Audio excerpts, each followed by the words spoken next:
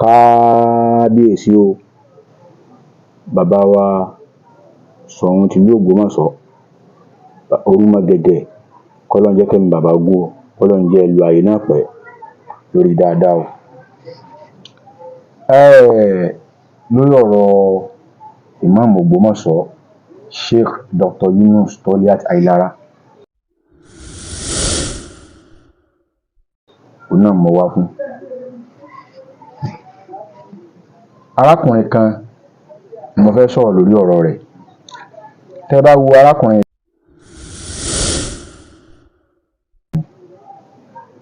gbogbo tárákùnrin fẹnu ẹ̀ sọ pátá tí ẹ bá rí arákùnrin tó bá dèrò ẹ̀wọ̀n lọ́la ẹ má bu ẹnì kankan. Kí n tó lọ sọ́dọ̀ arákùnrin ẹ jẹ́ n sáré yà síbì kan. Wọ́n pe bàbá kan ní bàbá atúnnisẹ àbí ní ń pè wọ́n. Àgbàlagbà ní bàbá Ọlọ́run jẹ́ mi ní ogun sí ẹ̀ ní kú báyìí. Àgbàlagbà ní Yorùbá sì bọ̀ wọ́n ní àgbè sọ̀rọ̀ bí èwe. Ẹ jókòó ní gbangba ká tiẹ̀ wá pé ẹ gbà tí bàbá wa ìmáàmù àgbà Ògbómọ̀ṣọ́ ẹ gbà tí wọn Sheikh Dr. Yunus Toliat Ailara ká ní ẹ gbà tí wọn ẹ gbà gẹ́gẹ́ bí ìmáàmù yín gẹ́gẹ́ bí àgbàlagbà tí ń ronú àtúnbọ̀tán pẹ̀lú gbólóhùn tẹ́ náà sọ pé kò sí nǹkan tẹ́kù tẹ́ ń wò láyé mọ́ ẹ ti ń wo sàárè lọ́ọ̀kan ń tẹ́ ẹ sọ nǹkan dáa gbólóhùn tó jáde lẹ́nu yín gbólóhùn àbòsí ńlá gbáà ni. Èmi ò ní sọ̀rọ̀ àbùkù ṣùgbọ́n ọ̀rọ̀ táwọ̀ sọ gẹ́gẹ́ bí ọmọ sí bàbá lọ̀rọ̀ táwọ̀ sọ. Gbólóhùn àbùkù ni ó sì tàbùkù ẹ̀yin gan ó kábùkù bá yín torí pé kíni kẹ́ ẹ máa perú àdúwù là ẹ tẹ́ pé nǹkan mọ̀ pé ìmọ̀ tí ó fi gbé ntẹ́ ń pèsè orí rẹ̀ hàn ìmọ̀ yẹn ò sí lọ́dọ̀ rẹ̀ ìwà tí ó fi gbé àyè tẹ́ ń sọ kò sí lọ́dọ̀ rẹ̀.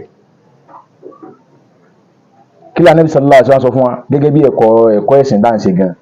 gbogbo ẹni tí bá ti ń jà sípò láyé tó yẹ pé ó fẹ́ jáde bẹ́ẹ̀ ni Ọlọ́run ní kún lọ́wọ́. Ẹ sọ fún àdúwù là kó gba kádàrá kó gbà fọ́lọ́run kó gba tọ́lọ́run kó lọ jókòó ẹ̀jẹ̀ ẹ má ti kọlu láìfọ àyà ẹ má ti kọlu náà iná ni Dr. Yunus Toliat Ailara láìfọ àyà ni wọ́n tẹ́ pé tí èèyàn bá fọ ọmọ rẹ̀ yóò gbé èèyàn ni. Ẹ wá sọ gbangba pé yẹn bàbá ìmáàmù àgbà Ògbómọ̀ṣọ́ ní ta ni tí ìbá ti pàgbàlagbà tẹ jẹ́ ń tẹ́ ẹ sọ yẹn kí wọ́n gbé yín kí wọ́n lọ sọ yín sí Àgànkù Ìbàdàn ni. Òótọ́ ni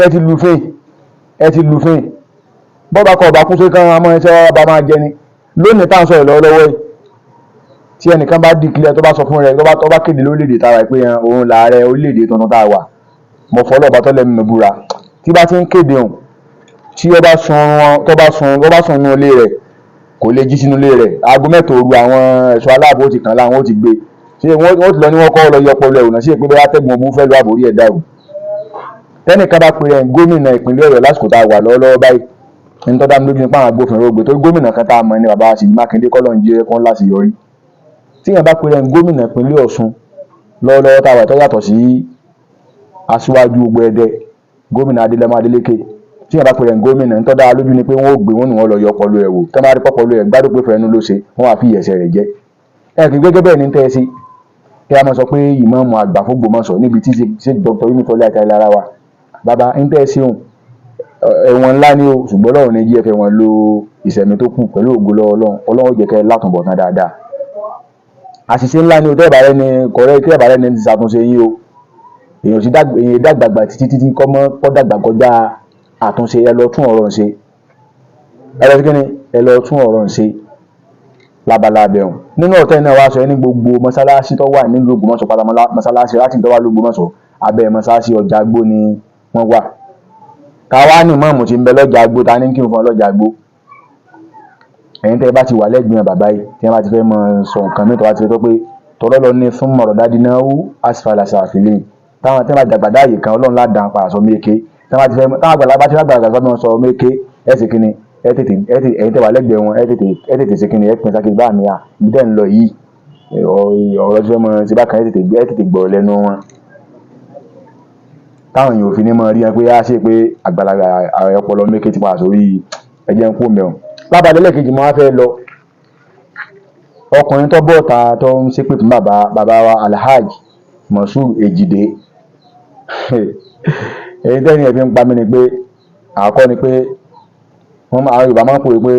èmi ń fọṣọ ní tí ìsà ìwọ tí ẹ tí ì pọnmi débi bọ́ọ̀mù ẹ̀fọṣọ gan kódà èyí tí ìrówó tó fi rọṣẹ dé ìfọṣọ. àwa ń sọ̀rọ̀ sáwọn Alhaji Moshood Ejide pé wọ́n ti pọnmi wọ́n ti lu aṣọ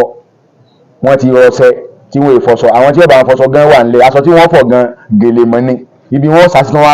wọ́n tán lóòrùn tí wọ́n ìsà ìwọ tẹ́ pé ìrọṣẹ ìpọnmi ibi tó aṣọ gan tó fọ̀ gan kò tí ì sí ọwọ́ ń ṣépè fúra àwọn Alhaji Moshood Ejide dáadáa táwọn eléyìí gan ti ṣe káàkiri bàbá sì tún bàbá pẹ́ bàbá túbọ̀ bàbá tó bí ọ náà jẹ́nu iṣẹ́ bàbá rìn bó ṣe wà hàn bí bàbá rẹ̀ ọ̀jẹ́ ń bẹ àwọn ará agboolé yóò ti jẹ́ ń bẹ lábalábẹ́ hàn lọ ṣàtúnṣe ara rẹ o torí gbólóhùn tó sọ nípa bàbá Moshood Ejide gbogbo èkó tó ṣẹ́ fún ọ àti bàbá imam Dr. Yunus Ọláìtàn lára èpè hùn mo fọlọ́ ń búra tí wọ́n bá wó tá bí amọ́ tí wọ́n wo ti kúnlẹ̀ àbíyàn tí wọ́n wo tọ́lọ́ mọ́ ọ̀la bá a ṣe ń sọ̀rọ̀ lọ́wọ́ lẹ́kọ̀ọ́ yẹ kó sunu léyìn mọ́júmọ́ òní ìyá gbọ̀kú lẹ́kọ̀ọ́ wà ń bàdàn àbí kan labalábẹ̀ ń báwọn ìyẹn lọ báwọn. mo á bọ́ sọ́dọ̀ àfáà Rafiu àbíkí yẹn kó kọ yín tẹ défìlà bíi kóńgò tí wọ́n fi máa yọ ìpò ní ọ̀dọ̀ àwọn ní àti ẹ̀ra kòkó ní tá a gbọ́ ni pé ńlẹ̀ nímọ̀ wọ́n ní mọ̀ yín kún kẹ́kẹ́ ẹ̀sìn náà mọ̀ kí wọ́n ní gbogbo ẹ̀ èmi ò gbà pé ẹ nímọ̀ tó tọ́ bá pẹ́ ẹ nímọ̀ ní tẹ wá bọ̀ tàtẹ wá fẹ́ mọ̀ ṣe ẹ wá ní Kábíyèsí sọ ọ̀rọ̀ kan tí ọ̀dà Kábíyèsí sọ gbá ẹ jẹ́wọ́ pé ẹ nímọ̀ bẹ̀ pàápàá tó bá pẹ́ ẹ nímọ̀ ni ó yẹ kí mọ̀ hàn nú ọ̀rọ̀ yín kéèyàn máa sọ lábáwá kọ́ ni pé èèyàn nímọ̀ o ẹ̀yin tí èsì mùsùlùmí náà gbọ́ lábáwá bẹ́ẹ̀ bá gbé ilẹ̀ Saudi ní tẹ́ bá gbé bẹ̀ lọ fa ẹ̀ gbọ́ lábáwá ẹ bá ti gbọ́ lábá tẹ́ lè kọ́ kálábá tẹ́yìn bá ti gbé tíra ní ìsìn ẹ̀ mọ̀ ká nígbà tí yẹn bá ń kàwé Yorùbá àti English náà ní èdè Gẹ̀ẹ́sì ni ìgbà ni ìdá ń pọ́n jẹ̀bẹ̀ lákìsà àfáà rẹ̀ òfù ẹ̀ ṣọ́ra yín o sẹ́rígbó atẹ́wò yìí ràkúnmí ọlọ́ọ̀níà látòrí bàbá wa Ìmáàmù Ògbómọ̀ṣọ́ tó fi dórí àwa kéékèèké tá a jọ mọ wọn káàkiri àgbáńlá ayé ràkúnmí ọlọ́ọ̀níà o tẹ́yìn bá lẹ́lù apá ibi ẹ bá ti dán wò ẹni kíje ń bẹ bẹ́ẹ̀ bá kíje ẹnu ìsẹ̀mí tẹ́ lò ẹni ìfọ̀kànbalẹ̀ lò àfáà Rafiu ẹ ṣọ́ra yín o tẹ́ ẹ̀ bá dẹ́dẹ́kọ́ ní kẹ́ ẹ gbà tèèyàn kí ẹ tó gbé ẹ̀ náà gbà tèèyàn pátápátá tẹ́ ẹ̀ bá gbà tí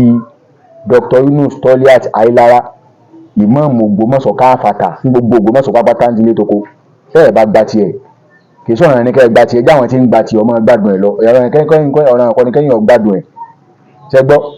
tẹ́ ẹ̀ bá ti á gbà tiẹ̀ ẹsẹ̀ ní lákìbù ẹni tó jákìbù ọmọbìnrin bàbá tí jákìbù ọmọbìnrin ẹ̀tẹ̀yìn àbúrò àtẹ̀gbọ́n bàbá tẹ́yìn jákìbù ọmọbìnrin o kẹsọ ní fẹ́mú kẹ panu yín dé ẹ̀yìn ẹ̀ máa jòkú tẹ́yìn ń jẹ́ lọ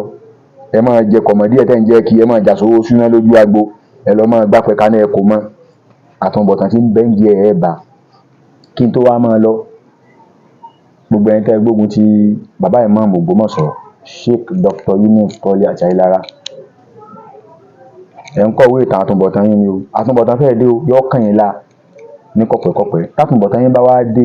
ní tó ṣe alẹ́ mọ̀ ní pé tó bá dìgbà náà àtúnṣe ò ní ṣeé ṣe mọ́ àtúnṣe ò ní ṣeé ṣe mọ́ bí ọmọ Yorùbá gbogbo ẹ̀yin tẹ́ ń jáde tẹ́ ẹ̀ ń reply ẹ̀ ń sọ̀rọ̀ ẹ̀ ń gbèjà ẹ̀ ń sọ̀rọ̀ ẹ̀ máa sọ̀rọ̀ ẹ̀ máa fi ní kọ́rọ̀ sọ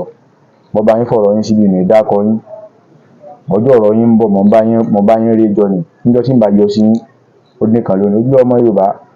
kò jù báyìí lọ gbẹ̀yìn lólùfẹ́ wa ẹ ṣé o.